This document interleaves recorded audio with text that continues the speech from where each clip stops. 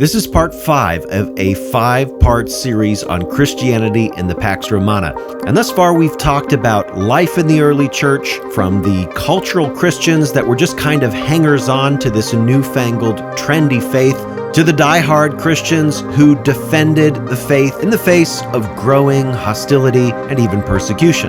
In this 5th and final part of this mini-series, I want to culminate with the story of Perpetua, one of the most fascinating stories of a Christian martyr.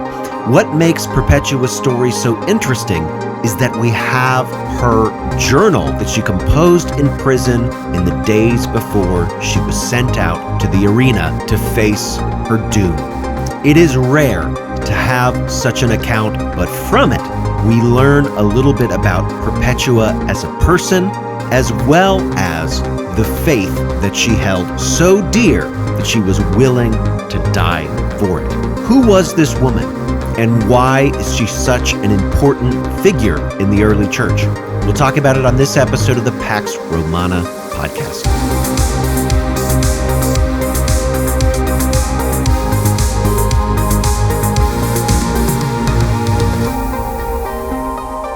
Episode 64, Christianity in the Pax Romana, Part 5.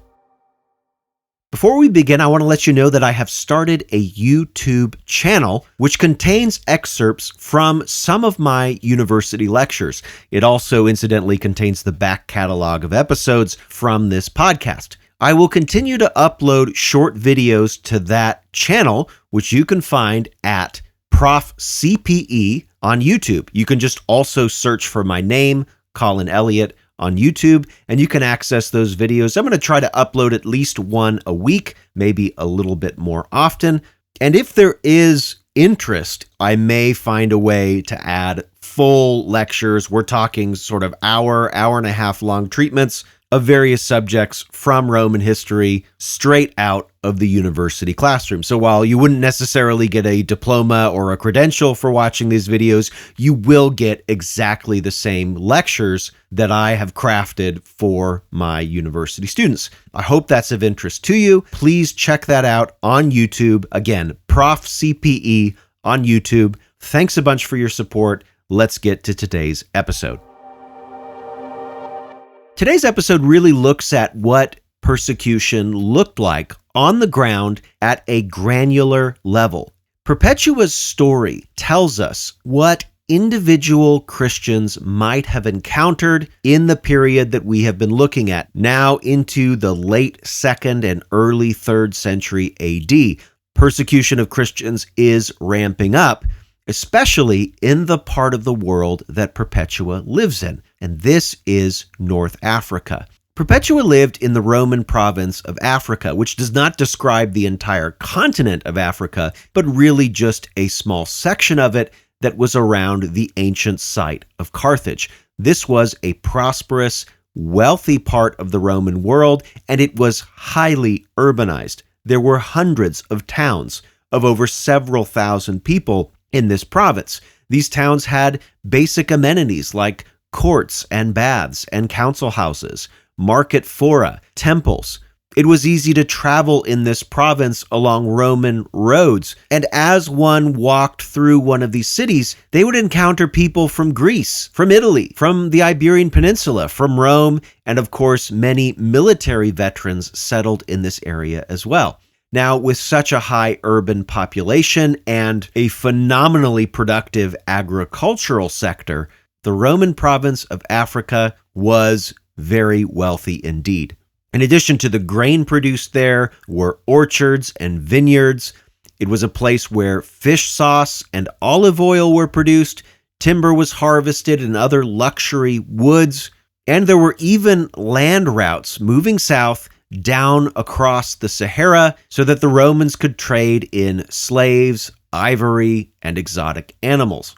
All of these came through the Roman province of Africa.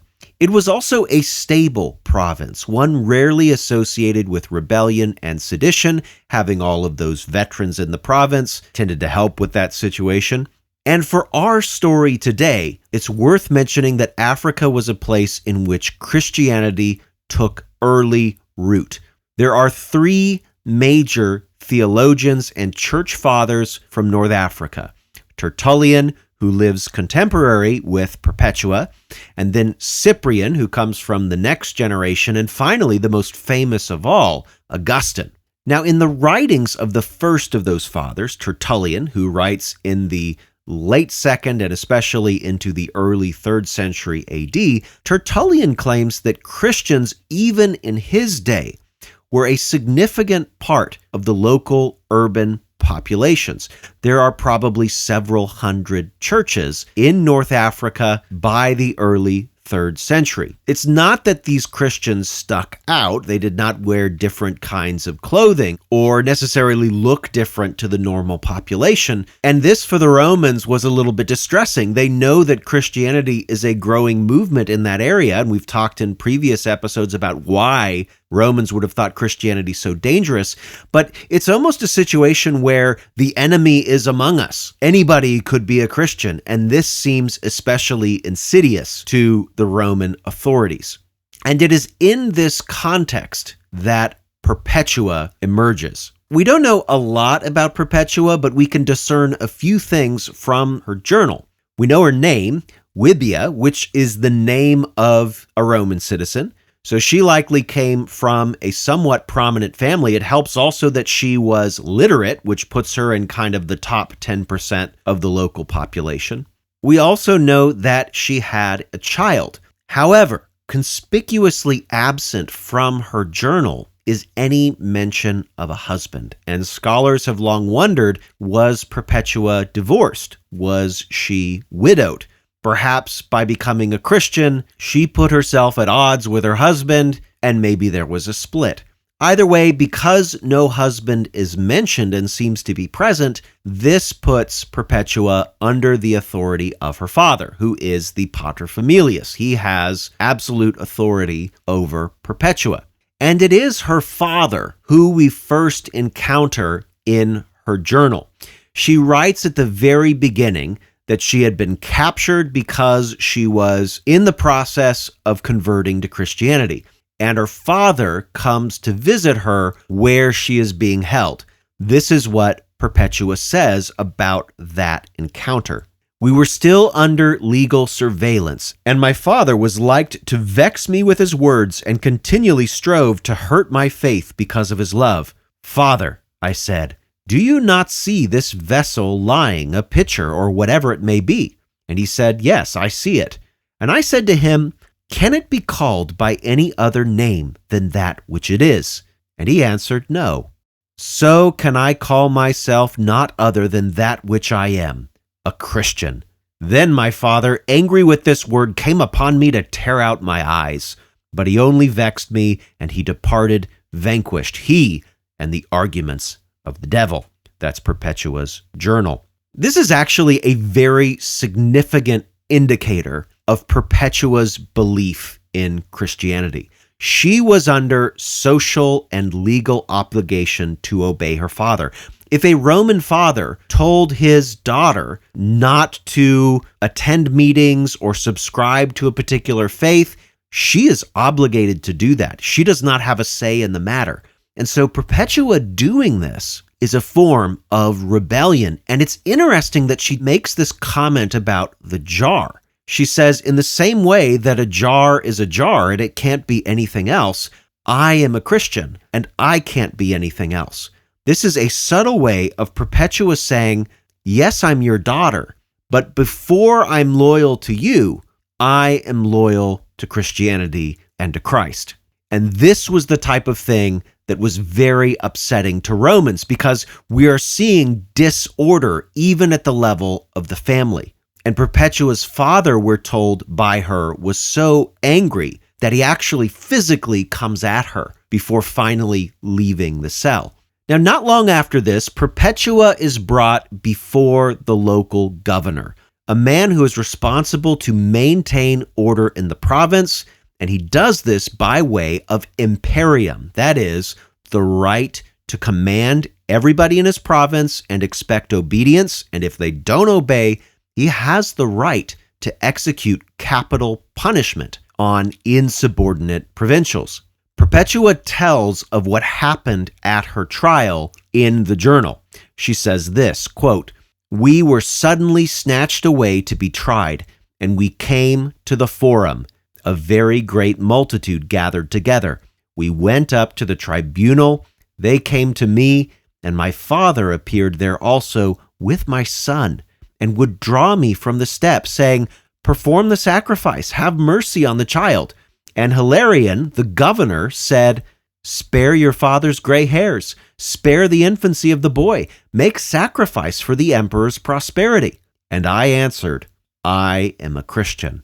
And when my father stood by me yet to cast down my faith, he was bidden by Hilarion to be cast down and was smitten with a rod. Then Hilarion passed sentence upon us all and condemned us to the beasts. And cheerfully we went down to the dungeon." There's a lot going on in this passage. First of all, Perpetua is defending herself against the governor. Normally, it would be her father who's supposed to do this. Women did not typically represent themselves in trials before dignitaries like Roman governors. Her father is instead brought in almost on the side of the governor, asking Perpetua, "Hey, please recount your faith." And Hilarion, the governor, says this same thing, but she disrespects both the governor and her father, refusing to obey either of them and reasserting once again, calmly and rationally, that she is a Christian. And as we've already talked about in this miniseries, this would have been enough. And so the governor orders that she and the other Christians that were captured with her, including one of her slaves named Felicity, the governor declares that all of them will be punished in the arena. We then read in Perpetua's journal about a series of dreams that she has, which are very interesting, including about her younger brother who has died. She also has a dream about what will happen in the arena. In that dream, Perpetua fights the devil himself, and in order to do so, she transforms into a man, a warrior. She fights the incarnation of the devil in the arena and ultimately crushes his head. And then she says, quote, "I began to go with glory to the gate called the Gate of Life, and I awoke, and I understood that I should fight, not with beasts, but against the devil. And I knew that mine was the victory." Even before Perpetua fought in the arena, she has, through her faith and her own dreams, a captivating vision of what is about to happen. Even though she is about to die, she will be victorious through her faith. And again, all of this is written down in her journal. We have her own thoughts, verifying that this is not just a kind of made-up story to glorify this woman in hindsight, but she actually thought this. And I think it's reasonable to extrapolate that many Christians who faced certain death for their faith at this point in the history of the Roman Empire may have had a similar kind of assurance about what it was they were doing and the rightness of dying for their faith. Christianity obviously provided a compelling vision of what the afterlife was and how one was able to achieve it. And so those kinds of thoughts were clearly guiding Perpetua as she faced certain death. Well, what happened when Perpetua finally makes it to the arena? At this point in the journal, an editor takes over. Obviously, Perpetua could not continue to write when she was in the arena. We don't know the name of this editor, but it may have been one of the Christians that was there with her. And he or she describes what happened next. First, Perpetua faced down the guards that led her into the arena. They were going to dress her and the others with her in pagan garments, dressing them up as priests and priestesses of non-Christian gods, obviously as a way to degrade the Christians. And we see in this noble woman, a mother who is forsaking even her own son to die for the faith, a degree of obstinance and unwillingness to comply that must have been pretty shocking. She won't even put on the costumes that she's commanded to put on, and instead chooses to die on her own terms. we're told by the editor that the Roman guards relented and did not force Perpetua and those with her ultimately to put on these costumes. Then Perpetua was escorted into the arena, and we're told that the crowd, obviously used to submissive and scared prisoners, were instead put to shame by the defiance with which Perpetua and the other Christians went into the arena. And this is what we read, quote, "They went forth from the prison into the amphitheater, as it were into heaven, cheerful and bright of countenance. If they trembled at all, it was for joy, not for fear. Perpetua followed behind, glorious of presence, as a true spouse of Christ and darling of God, at whose piercing look all in the crowd cast down their eyes." Well, the games began, and violent animals were released into the arena, cows and bulls sent in to knock the women down and to trample them. Perpetua was knocked over, and her clothing torn, her hair disheveled.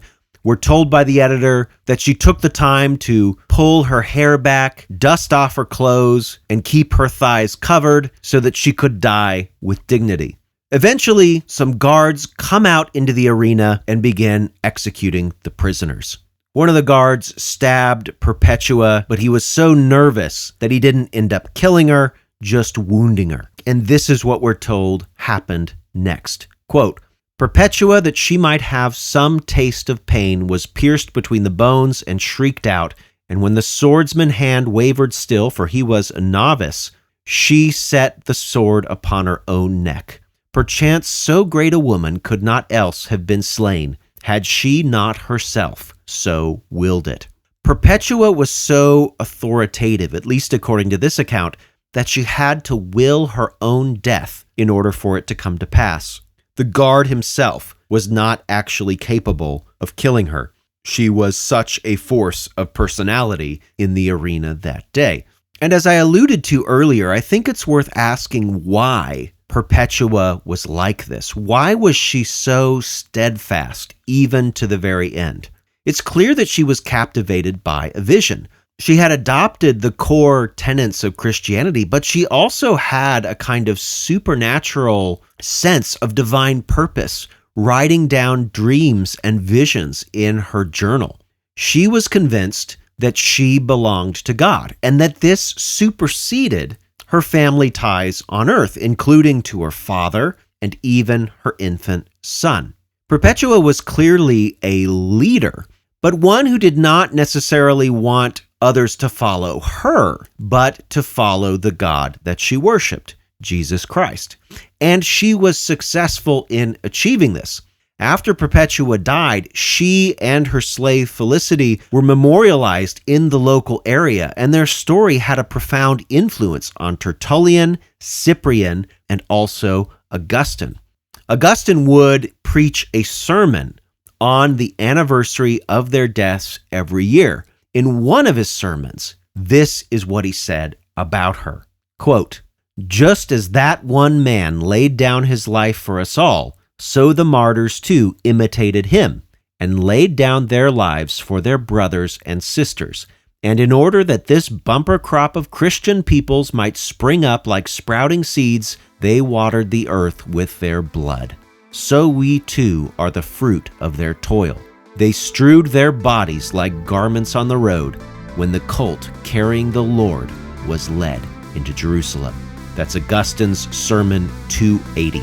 For Christians in the Roman Empire, Perpetua was an inspiration, and the Christians living at that time may have thought that Perpetua's fate was the worst that they could expect, but the systematic persecution of Christians was still in the future, in the middle of the 3rd century AD. But that is a story for another day. On the next episode, we will resume the story of the Roman Empire in the aftermath of the end of the Pax Romana. Thanks for listening to the Pax Romana podcast.